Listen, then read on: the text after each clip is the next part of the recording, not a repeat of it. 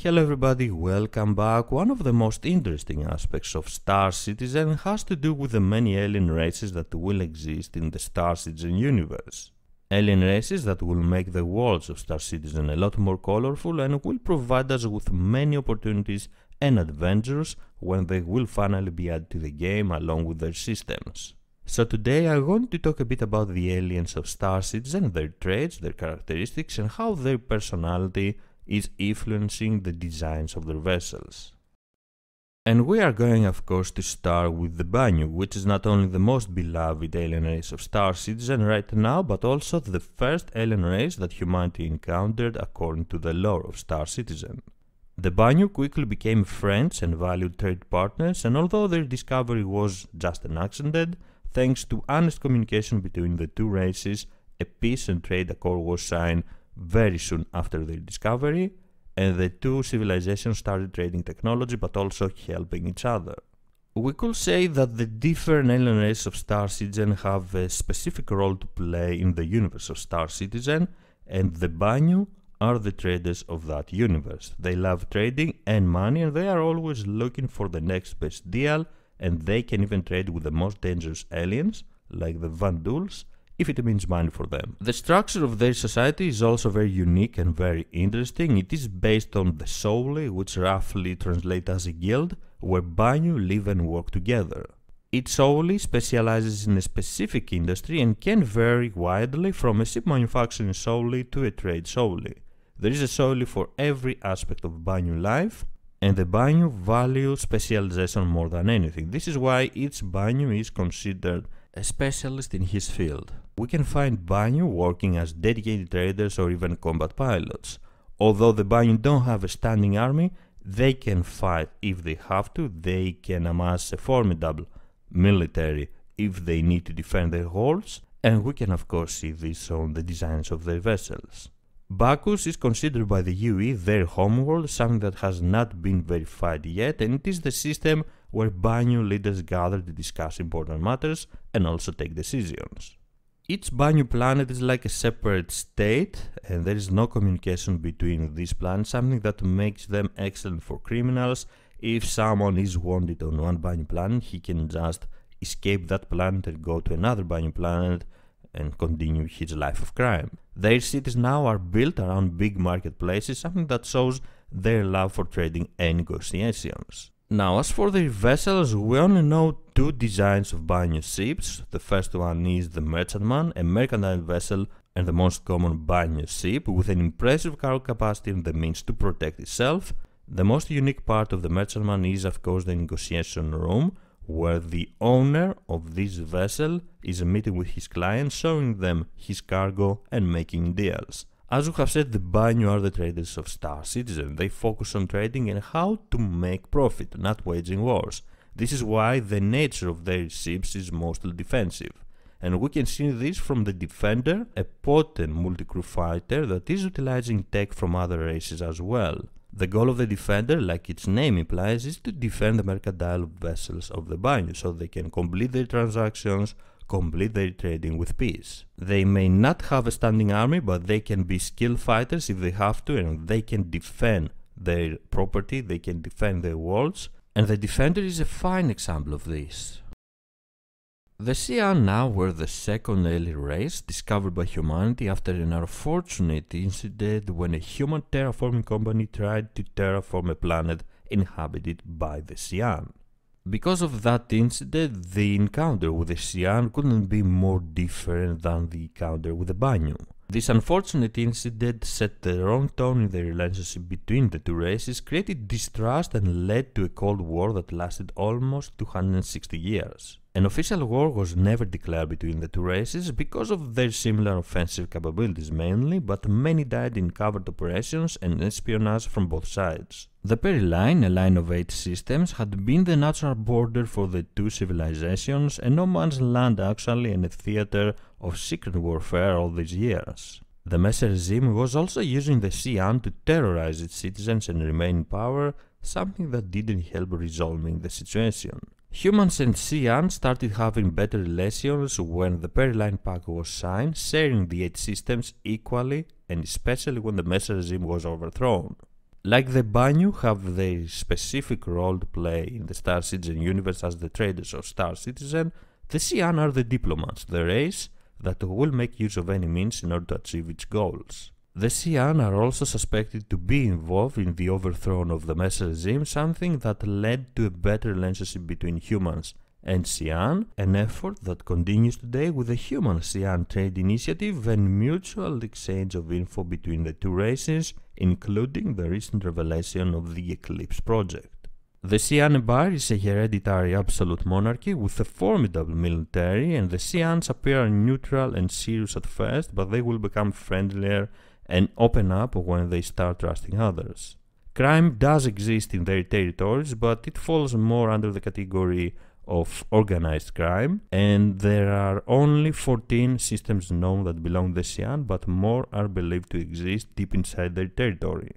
As far as the design of their vessels goes, what we know is that they almost all have a vertical design, and this is probably something that has to do with different functionalities. Like we have mentioned, the Xi'an are the thinkers of the Star Citizen universe, are the diplomats, and they will calculate every possible outcome from their actions. The most common design is the Carry-Cartu, a fighter, but they also have capital cargo ships like the Orc-class carrier. Human and Xi'an manufacturers work together to create ships like the Cartual Scout, a version of the Carry-Cartu for human pilots, but also the Reliant series. Xi'an tech, of course, is used in more ships like the Misk ships. The Crothark is an alien race of the Star Citizen universe that remains a mystery for humanity. All we really know about the Crothark is that they are enemies of the Xi'an, and they have been at war with them for more than 700 years. It is a spacefaring nomadic race that owns several systems and migrates around them, and they are located on the other side of Xi'an territory. The UE hasn't conducted them yet because they don't want to risk their relationship with the Xi'an. Tevarin is the third alien race discovered by humanity, and in my opinion the saddest chapter of the Star Citizen lore. They were encountered when a jump point to their homeworld on the Elysian system was discovered by accident. The Tevarin were a proud martial race, a feudalistic society and an oligarchy that valued the art of war more than anything. A militaristic race following the Rijora, a warrior code similar to Bushido. The Tevarin were always trying to distinguish themselves in combat and gain honor from war, something that explains why they attacked humans shortly after their discovery, despite the fact that they were technologically inferior. This led to two devastating wars for the Tevarin against humanity, where they have lost everything. Their systems were captured and terraformed, and the majority of their population was exterminated. Many survivors fled to Xi'an and Banyu systems, and the rest were absorbed in the UE. Most of them today live a life of crime, and they are considered an inferior species and also treated like one. Very few Tevarin gained citizenship, with the most notable example being Suikosi, the first Tevarin senator of the UE. Recent discoveries, though, on the Cabal system have uncovered previously unknown Tevarin cities, but also recent military activity. This is a mystery and a proof that free Tevarin still exist in the verse, and we might have not seen yet the final act in the human-Tevarin conflict. As for their ships, the unknown design is the Prowler, a dropship used by the Tevarin extensively in the two wars against humanity with great results. The Prowler utilizes the Tevarin unique shield technology, a tech that allowed the Tevarin to fight the technologically advanced humans on equal footing and even win many battles. The Phalanx shield is a strong frontal shield that creates an impregnable front, especially when used by many ships in a formation. Another tech is the air shield portals that allow the rapid deployment of troops from both sides of the Prowler, and both of these technologies, although common today, were first developed by the Tevarin. Last but definitely not least are the Vanduul, the aggressors of the Star Citizen universe. The Vanduul were the fourth race discovered by humanity, and they are the biggest threat in the Star Citizen universe. First contact with the Vanduul happened when they appeared out of nowhere and started attacking human settlements in frontier worlds, slaughtering everyone. The UE still seems unable to deal with them and fight against the terrifying and enormous capital ships like the Kingship. The war against the Vanduul is still raging and the outcome is uncertain. They have no central government, they form roaming clans instead, each with its own goals and leadership, something that makes negotiating with them even more difficult. The Vanduul society is a meritocracy, you are what you obtain, and the clans move around systems. It is basically a nomadic race, harvesting resources and raiding, and the ultimate goal of each clan seems to be building a kingship and continue raiding with it, gaining glory and fame in the battlefield.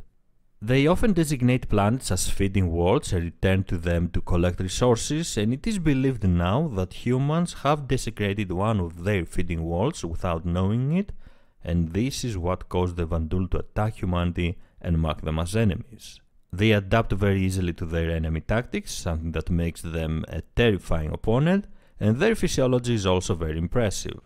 They don't feel pain like humans do, and they can survive in vacuum without a suit for a certain amount of time thanks to their unique respiratory system. The more experienced Vanduul warriors wear less armor, an armor that is infused with their bodies, something that makes them a scary sight in combat. As for their vessels, we have a lot of info about their ships, their fighters and their capital ships, and this is because we have been fighting them for quite a while. Their fleet consists of small fighters like the Scythe, a single-seat fighter that is a very common Vanduul fighter, equivalent to the Hornet for the UE, the Blade, a light fighter used as scout and first-wave assault crafts, the Glaive, which is a special and stronger fighter than the Scythe that only top pilots can fly it, and it is actually considered an honor to fly one. And then of course we go to the capital ships of the Vanduul, which are terrifying, like the Driller Harvester Carrier, a capital ship carrying harvesters, a terrifying vessel moving from world to world, consuming them for resources. And obviously the biggest capital ship of the Vanduul, the Kingship, a flagship of every Vanduul fleet. This is a massive and heavily armored carrier with a length estimated at around 2,800 meters and a crew of several thousands.